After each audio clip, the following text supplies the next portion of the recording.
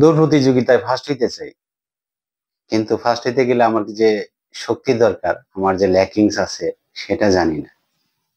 আমরা সবাই চাই ফার্স্ট হইতে। এই ফার্স্ট হওয়ার জন্য যে স্ট্রেংথ নিজের মধ্যে সেটা জানি না। তো একবার যদি এটা জানি তাহলে বুঝতে পারা যাবে যে আমার কতটুকু গতি বাড়াতে হবে। বন্ধুরা, আজকে তোমাদেরকে বলবো এই নিজের ভিতরকার শক্তিটা, সেই শক্তিটাকে উজ্জীবিত করার জন্য, সেটাকে খুঁজে বের করার জন্য, সেটাকে জানার জন্য। তো ইতিমধ্যে যারা এই চ্যানেলটা সাবস্ক্রাইব করেছো তাদেরকে স্যালুট জানাই, আর যারা সাবস্ক্রাইব করোনি তাদেরকে রিকোয়েস্ট করছি সাবস্ক্রাইব করো, পাশে থেকো বন্ধুরা। তো শুরু করছি বন্ধু, অপেক্ষা করো, দেখতে থাকো। 1 নম্বরে স্ট্রেংথ জার্নাল। মানে প্রথম কৌশল হিসেবে তুমি দেখবে প্রতিদিন তুমি কি কি করছো সেটা ছোট একটা নোটবুকে সংরক্ষণ করো। সেটা যত ছোট কাজই হোক। এমন হতে পারে যে তুমি তোমার ছোট ভাইকে সকালবেলা প্রতিদিন পড়াও, এটা হতে পারে। অথবা তুমি তোমার লেখাপড়ার মধ্যে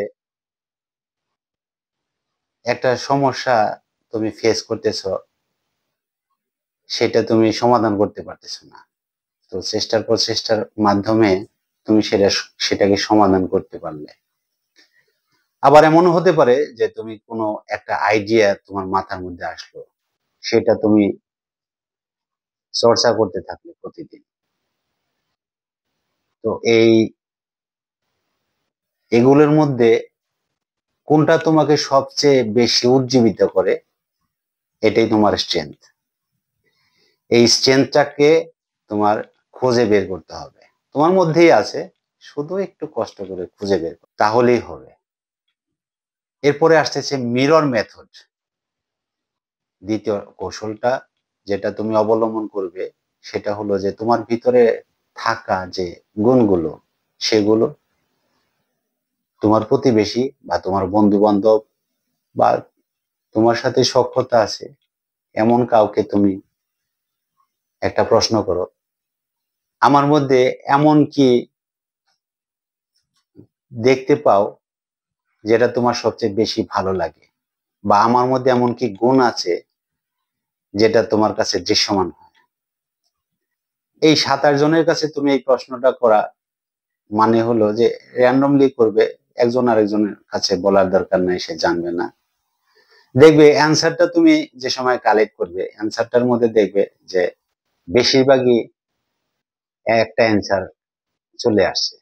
সেটা হতে পারে তোমার ধৈর্য, সেটা হতে পারে তোমার ক্রিয়েটিভিটি, সেটা হতে পারে তোমার অধ্যবসায়।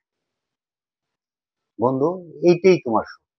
বেশিরভাগ উত্তর যেটা চলে আসতেছে এটাই তোমার শক্তি, এটাই তুমি কাজে লাগাবে। Micro victory habit.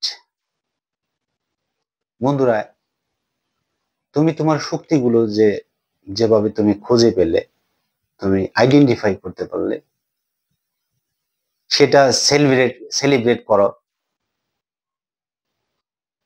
সেটার মধ্যে তুমি একটা টিক চিহ্ন দাও, তোমার কোন গুণটা তোমার ভালো, সেটা অন্যজনের দৃষ্টিতে বা নিজের স্ট্রেংথ যেটা বাড়ায় সেটা টিক চিহ্ন দাও, হাসি দিয়ে জানান দাও। আর তুমি নিজেকে বলো আত্মবিশ্বাসের সাথে যে আমি পারি, আমি পারবো, আমাকে পারতেই হবে। এই ছোট ছোট জয়গুলো দেখবে সপ্তাহের পর সপ্তাহ চলে যাবে, আস্তে আস্তে দৃশ্যমান হতে থাকবে। তোমার জয়গুলো একসময় বড় আকারে দেখা দেবে। প্রতিদিন মনে করো 5 মিনিট, মাসে তোমার জমা হয় কত, 150 মিনিট, বছরে জমা হয় কত, 1800 মিনিট। হিসাবটা হয়তো আমার ভুল হইতে পারে, তো মিলিয়ে দেখো। তুমি প্রতিদিন তুমি কি 10টা মিনিট সময় দিতে পারবে না, 20টা মিনিট সময় দিতে পারবে না? তোমার এক্সিস্টিং যে রুটিনের সাথে তুমি 20টা মিনিট সময় বাড়িয়ে দাও, শুধু এই কৌশলগুলো অবলম্বন করো, তোমার শক্তিটাকে খুঁজে পাও, কাজে লাগাও বন্ধু, ইনশাল্লাহ তোমার সাকসেস সামনে ধরা পড়বে।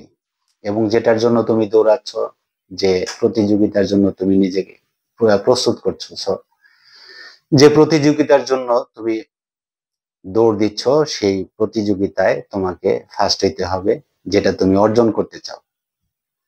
বন্ধুরা, সাকসেস দৃশ্যমান হয় আস্তে আস্তে। সেই দৃশ্যমান সাকসেসের জন্য, সেই দৃশ্যমান সুফলের জন্য, সেই দৃশ্যমান সফলতার জন্য আমি তোমাকে শুভকামনা জানাই।